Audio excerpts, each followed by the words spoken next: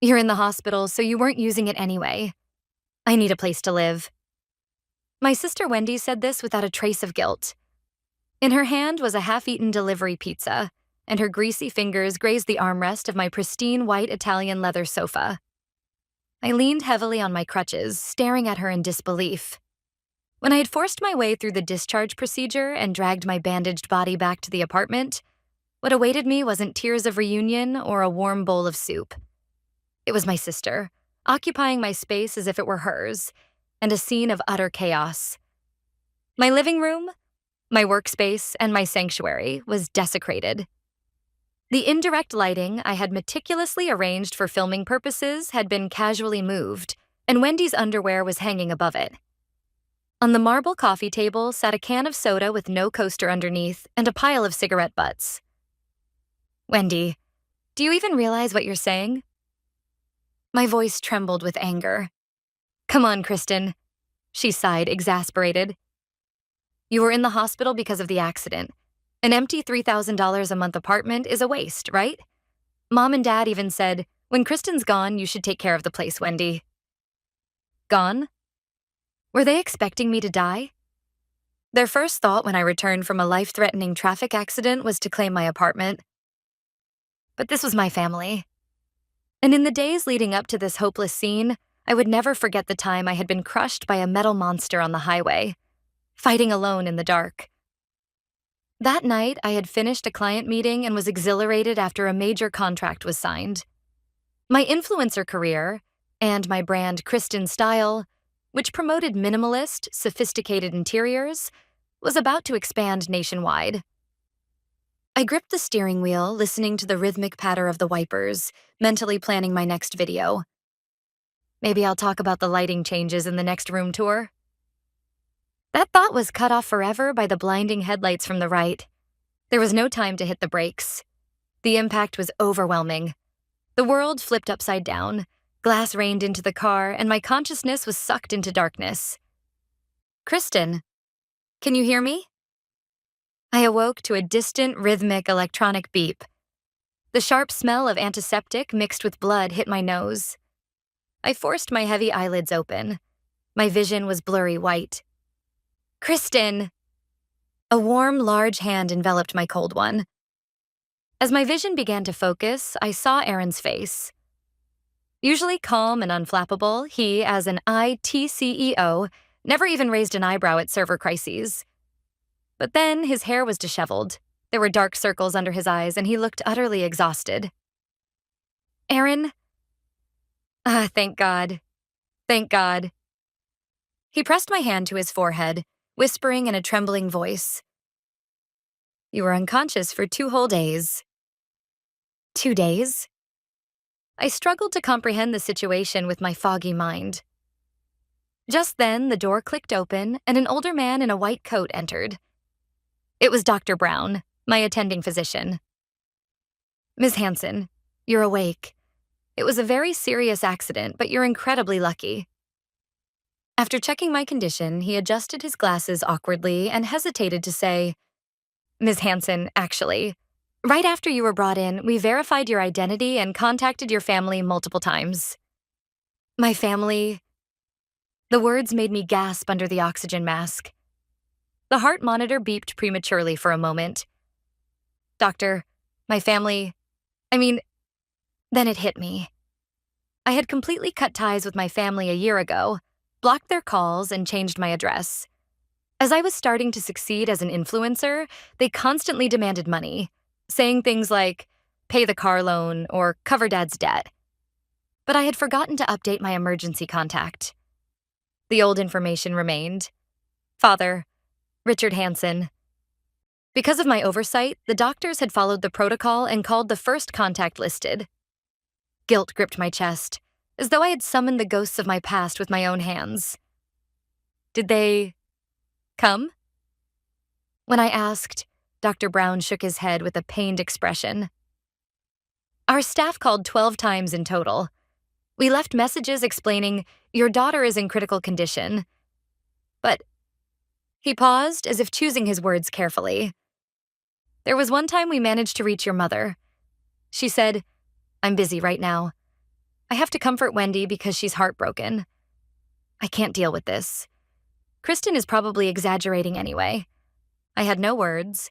While I lay in the ICU, hooked up to machines, my mother chose to prioritize my sister's heartbreak over my life. Even though I'd cut ties with them, the cruel hierarchy had never changed. Wendy had always been treated like a fragile princess, sensitive and easily hurt, while I had been the strong, low-maintenance child, left to fend for myself. But I never imagined it would go this far. Even as I hovered near death, I was still the afterthought. Before tears of frustration could spill, Aaron gripped my hand tightly. "I'm here. You have me, Kristen." Then he added, "Nicole was here too. She stayed until past midnight last night. She only went home because she had work, but she told me to contact her the second you woke up." Nicole. Warmth spread through me. People with no blood relation cared for me more than my own family ever had. "I'll text her right now," Aaron said while pulling out his phone. Within minutes, my own phone buzzed by my pillow. Ignoring the pain in my arm, I picked it up. A new message from Nicole flashed on the screen. Expecting encouragement, I opened it, only for my eyes to widen in disbelief. "Kristen, read this as soon as you wake up. It's an emergency. Your sister used a spare key to get into your apartment and moved in." Something inside me collapsed with an audible crack. "She moved in? And a spare key? How?" "Kristen? What's wrong?" Seeing my expression drain, Aaron leaned closer. My hands shaking, I showed him the screen. Nicole had sent a follow-up message and a short video. "When they heard you were unconscious, instead of rushing to the hospital, they rushed to your apartment." I played the video. On the tiny screen, a familiar figure was opening the auto-lock to my building. Wendy. In her hand, for some reason, she was holding the key to my apartment. Behind her, my father Richard and my mother Susan followed, each dragging a large suitcase. Then Nicole sent a screenshot from Wendy's Instagram story. There she was, standing in my painstakingly curated white-themed living room, wearing my expensive silk robe, raising a wine glass. The caption read, "I'm finally where I belong. From now on, this is my castle. #new life. #influencer life." My mind went blank. While doctors were calling to say I was fighting for my life, they were planning how to seize my home. "They really thought you were going to die," Aaron said in a low voice. "Yes, they moved their luggage in because they assumed I wouldn't be coming back." A cold, heavy fury rose from the pit of my stomach. So strong it erased even the pain in my ribs. My fists clenched on the bedsheet. I had forgiven them over and over simply because they were family. But this was the last time. At that moment, the convenient daughter Kristen, who nearly died in an accident, had truly died that night. What came out of my mouth was a voice so icy even I didn't recognize it. I will never forgive them. A week later, when I was discharged with the doctor's permission, the person waiting for me was my sister, glowering at me while grabbing a greasy slice of pizza. "How did you find this place? And this key? How did you get it?" When I confronted her, Wendy smirked triumphantly and tossed her pizza crust onto the table. "The doctor told us the address. They called nonstop when you were dying, remember? And the key? That's thanks to Mom's Oscar-worthy performance." Performance? Once we got there, Mom collapsed at the entrance, crying. She was like, "My daughter is in a coma from an accident. I need to get her insurance card and a change of clothes from her apartment, and I can't get in." She even started hyperventilating for effect. Then the building manager panicked. He said, "If it's an emergency," and used the master key to let them in, and even handed over a spare key. Easy as pie. They had exploited a life-threatening situation, manipulating the conscience of a total stranger to commit trespassing. Even after I'd severed ties with them, their con artist tactics hadn't changed. I gripped my crutches tightly, forcing my shaking hands to steady. "This is my home. Get out." Wendy screamed. "Hey, telling family to get out is cruel, isn't it?" At that moment, the front door opened. My mother walked in carrying a grocery bag. Oh, come on, Kristen. Stop it. Seeing me wrapped in bandages didn't even move her eyebrow. Not a single. Are you okay? Not even a hug to say, I'm glad you're alive. Wendy's going through a lot right now. She got dumped, got kicked out of her apartment, and has nowhere to go. You're successful, have money, and a great boyfriend. Try to think about how it feels to have nothing. My mother pulled Wendy close and glared at me as if I were at fault. It's always been this way. You're strong, you can handle anything, but Wendy is sensitive and fragile. It's the little sister's job to support her older sister, isn't it? Those were cursed words. Words designed to make me endure, to exploit me, to make me convenient. When I got perfect scores as a child, it was expected. When Wendy got a C, she was so brave, poor thing. While I saved up from part-time jobs to pay for college, my parents bought Wendy a brand new car. Kristen, you can handle things on your own. That was their excuse to take from me and give to Wendy over and over. And now, even after surviving a near-death experience, they were trying to take my home too. I exchanged a glance with Aaron. He kept a neutral expression, but behind his eyes was quiet anger and a subtle green light for me. I exhaled deeply and put on the face of a resigned woman. Maybe you're right, Mom. My mother and Wendy's eyes widened at my words. I was wrong. Wendy needs this place now. I'm injured and I don't have the energy to fight with her every day. I exaggerated a slump of my shoulders and leaned weakly against Aaron. Aaron, can I come to your place? Seems like there's no room for me here. Aaron nodded at just the right moment, sorrowful but resolute. Of course, Kristen. Come to my place. I won't leave you stuck in this stress. Wendy's victorious grin spread across her face as she watched. See? This is what I meant. If only you'd just done this from the start. Now, you understand, right? My mother nodded in satisfaction. Then leave the key. We'll manage it while you're gone. I had to fight to keep my laughter in check. Their idea of managing seemed to involve destroying my luxury furniture. Fine. I'll leave the key on the table. I placed the spare key on the marble table with a clink and slid something else alongside it. It wasn't a sign of surrender. It was an invitation to hell. I turned my back and let Aaron support me as we left the apartment. From behind me came Wendy's joyous voice. Yes. Mom, can we open this wine? The expensive one. Followed by the pop of a cork. As the elevator doors closed and the numbers started dropping, the mask of the tragic heroine fell from my face. In its place, the ice-cold, merciless smile of a calculating avenger.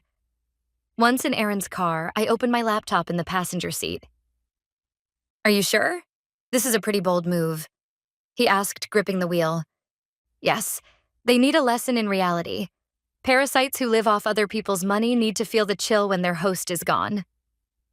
I clicked the mouse and began executing each step.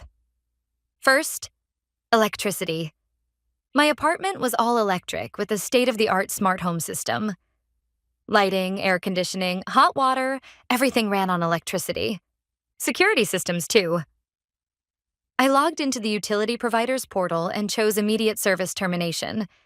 Not just a temporary pause, but a near cancellation. Early termination fees? Worth it. I clicked cancel. Next, water. And then the gas. All right, done. The moment I hit the enter key, I also canceled every automatic rent withdrawal from my account. I had already explained the situation to the landlord through Nicole while I was in the hospital. When I told him, I'm leaving the apartment temporarily because of family trouble, but my family might occupy it illegally, he was sympathetic and even advised me, if the rent stops being paid, it becomes legally easier for me to issue an eviction notice. When I finally finished cutting off every utility, I let out a long exhale. It wasn't guilt. It was relief.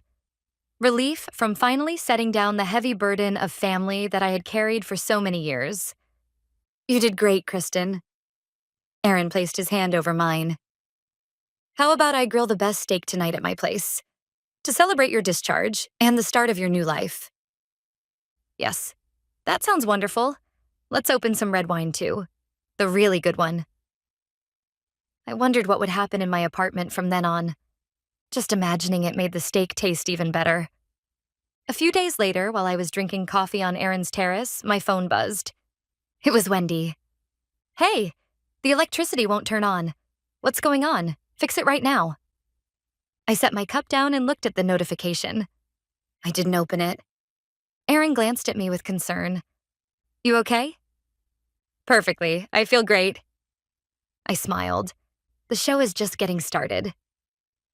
From then on, the notifications kept coming every few hours.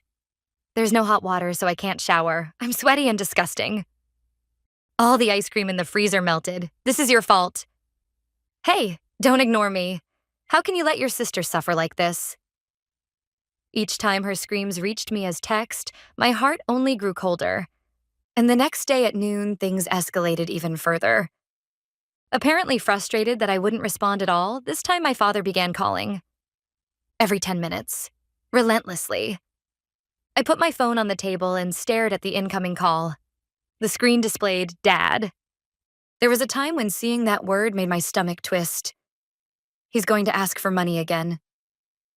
But not then. This call was proof that they were cornered. Proof that my plan was working. You're not going to answer? Aaron asked. No, I'll let it simmer longer until it's time.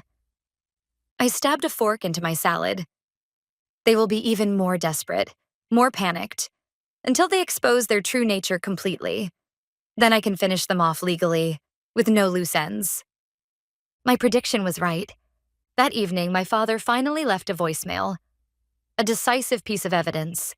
A message so deranged it was enough to sever any remaining sense of family. For the next 2 days, my phone rang so constantly it became physically warm. My peaceful recovery at Aaron's house contrasted sharply with the digital storm swirling around me.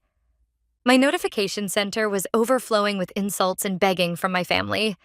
And on the morning of the 3rd day, Aaron approached me with a stiff expression, holding his tablet. Kristen, you need to see this. Your father sent a long email. An email? Since I wasn't answering the phone, my father had sent a message for me to the official contact address of the company Aaron runs. The persistence sent a chill down my spine, though I had expected it. The subject line read, Urgent, about the apartment. When I opened and read the message, I nearly dropped my coffee cup. To Kristen, since you wouldn't answer the phone, I had to find Aaron's business card that you left in your room. Now, about the apartment. All utilities have been shut off, and Wendy is living in unsanitary and dangerous conditions. This is your failure in managing the situation, but as your family, we'll overlook it. So here's my proposal. Transfer the apartment's lease to Wendy's name. That way we can sign new contracts with the electric and water companies as the new tenants. You're staying at Aaron's place now, so you don't need that apartment anymore, right? Wendy needs a place to live. Sisters should help each other. Sign the attached documents and send them back as a PDF by the end of today. If you don't sign, I'm considering signing on your behalf and proceeding with the paperwork myself. It's an emergency. Legal technicalities can wait. You're not planning to abandon your family, are you? The moment I finished reading, my anger burned past the point of heat and into something dry and hollow, almost laughter. They had interpreted my shutting off the utilities as my negligence and were using it as an excuse to take the apartment itself. And that line, signing on your behalf. In other words, they intended to forge my signature to steal my apartment. I'm calling my lawyer. My voice held no hesitation. That's enough. I won't let them have even one more second of my life. Aaron immediately contacted his corporate attorney. The lawyer's voice on speaker was calm, sharp, and decisive. Ms. Hansen, I've reviewed the email. This falls under attempted coercion and preparation for document forgery. Combined with unlawful entry, the police should be involved immediately. Please, remove them completely. Understood. You have absolutely no obligation to agree to the name transfer. In fact, considering the damages so far, we should pursue this thoroughly. His words gave me the final courage I needed. I was no longer the helpless child I once was. No longer the convenient daughter who cried quietly and endured. I was a woman strong enough to defend her own home and her dignity. Erin, get the car. We'll stop by the police station, then go to the apartment. By the time I filed a report at the police station and arrived at my place with 2 officers in tow, the sun was already high. Inside the elevator, my heart pounded, but strangely, there was no fear, only determination to end this. Here. Guided by the officers, I stood in front of my door. From inside, I could hear arguing voices. I told you, we shouldn't have waited for her signature. Mom, you should have just written it yourself. Wendy was screaming hysterically. Oh, shut up, I'm practicing. Kristen's handwriting is harder than I thought. My mother said that in her frustration. Hurry. If we don't send it today, we'll spend another night without electricity. My father was frantic. They were actively committing a crime at that very moment. I exchanged glances with the lawyer and the officers, then unlocked the door with the spare key reissued by the management company. Click. The moment the door opened, a foul stench assaulted my nose. Rotting garbage, body odor, and cheap perfume blending into a nauseating cloud. That's enough. My voice echoed through the room. In the dim, filthy living room, my entire family froze. On the table lay the lease transfer documents, with my mother holding a pen. Scattered beside her were my old letters and documents, samples they were using to practice forging my handwriting. Kristen. My mother dropped the pen, her voice cracking. Why are you... Wendy was speechless. Police, everyone, hands where we can see them. Don't move.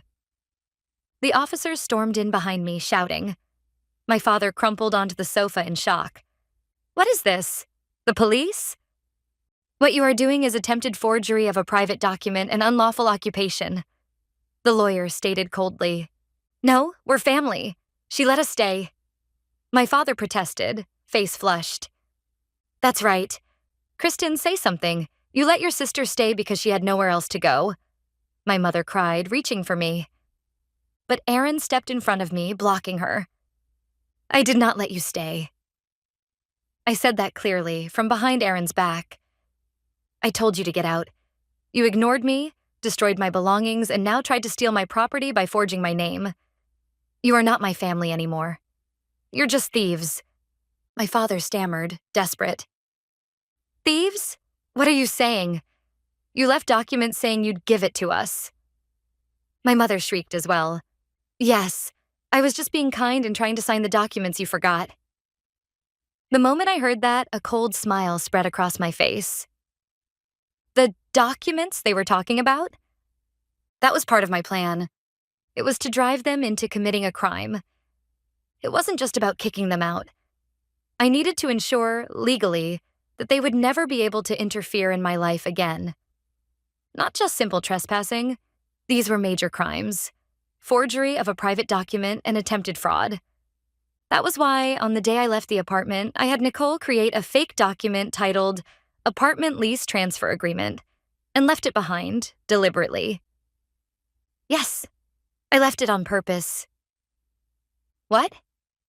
Wendy froze in her tracks. I knew you'd bite. That's why I left the fake apartment lease transfer agreement on the table, as poisoned bait to lure you into committing a serious crime of document forgery. Fake? Document? My father's face went pale. And cutting off the electricity and water? Calculated too. When you panicked, you lost your ability to think clearly. You rushed to complete the documents without checking with me. That's the moment I was waiting for. They finally realized it. For the past few days, they had been dancing on the palm of my hand. I've been set up. Wendy collapsed to the floor. You weren't set up. Your own greed trapped you. I signaled to the lawyer. He stepped forward and thrust a legal document at my father. In addition to the on-the-spot charges, a restraining order against Ms. Hansen has already been filed with the court. You are all forbidden from approaching Ms. Hansen or contacting her by any means. Violation will result in immediate incarceration. Restraining? Against her parents? My mother screamed in tears, but her voice no longer reached anyone. Take them away. At my signal, the officers handcuffed them. Wait, you'll understand if you just listen. My father shouted, struggling against the police. No, let go. Wendy thrashed. Curious neighbors peeked out into the hallway.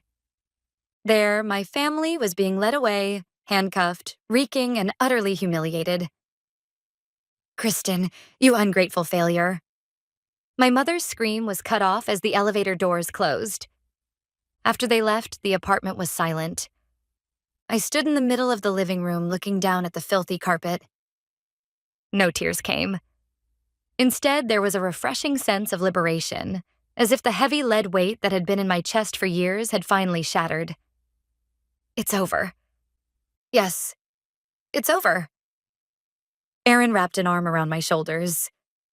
At last, the long history of exploitation from my childhood had ended. 6 months later, I sold that apartment. I had it professionally cleaned and restored, but the memories and smells of those few days were too ingrained to continue living there. I had no regrets. It was necessary to leave the past behind. Legal measures against Wendy and my parents proceeded mercilessly. In addition to trespassing and attempted forgery, I claimed over $50,000 in damages for repairs, broken equipment, and destroyed vintage rugs. Unsurprisingly, they had no way to pay. As a result, my father was forced to sell the family home. My delicate sister, Wendy, avoided prison but received a suspended sentence. They now live in a cheap apartment in the suburbs, surviving on day labor jobs. And I live in a new condominium overlooking the Santa Monica coast. Aaron is by my side. Next month, we will get married. There is no place on the guest list for my parents or sister. In their stead, Nicole will have the front row seat. Yesterday, I finally updated my emergency contact. I did not hesitate to remove my father's name from it. Instead, I entered. Husband, Aaron. The moment I hit save, I felt the final chain around my heart snap free.